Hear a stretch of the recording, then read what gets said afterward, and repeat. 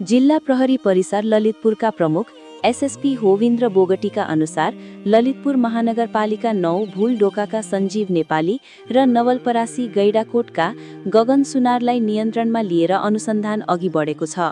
प्रारम्भिक अनुसन्धान अनुसार रङ नम्बरमा डायल भएर सुरु भएको फोन संवादपछि विवाद चर्किएको थियो। यो विवादमा नेपालीले झापाको कमल गाउँपालिका 6 घर भई ललितपुरको इमाडोल बस्ने 33 वर्षीय सुमित नेम्बाङ र 26 वर्षीय सिर्जन नेम्बाङको ज्यान लिएका छन्। दाजुभाइले डायल गरेको फोन गलत नम्बर परेर सञ्जीव नेपालीको मोबाइलमा पुगेपछि भनाभन सुरु भएको थियो। त्यही कारण उनीहरू बीचको झगडा ज्यान लिने क्रूर घटनासम्म परिणत भएको खुलेको छ। रङ नम्बरमा डायल भएपछि उठेको फोनमै चुनौती दिएपछि सञ्जीवले दाजुभाइलाई पाटन बोलाएको खुलेको छ।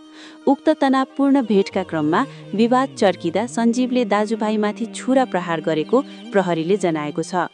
घाइते दुवैलाई उपचारका लागि ललितपुर स्थित बीएनबी अस्पताल लगिएको थियो, तर दुवैजनाको उपचारकै क्रममा ज्यान गएको हो।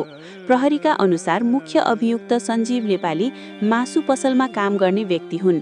यसअघि पनि उनी आपराधिक गतिविधिमा संलग्न रहेको देखिएको छ।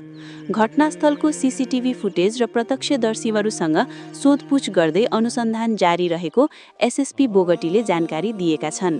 प्रहरीले सामान्य फोन विवादले ज्यानसम्म जाने अवस्था सिर्जना भएको भन्दै यस्ता घटनाबाट सचेत रहन आग्रह गरेको छ।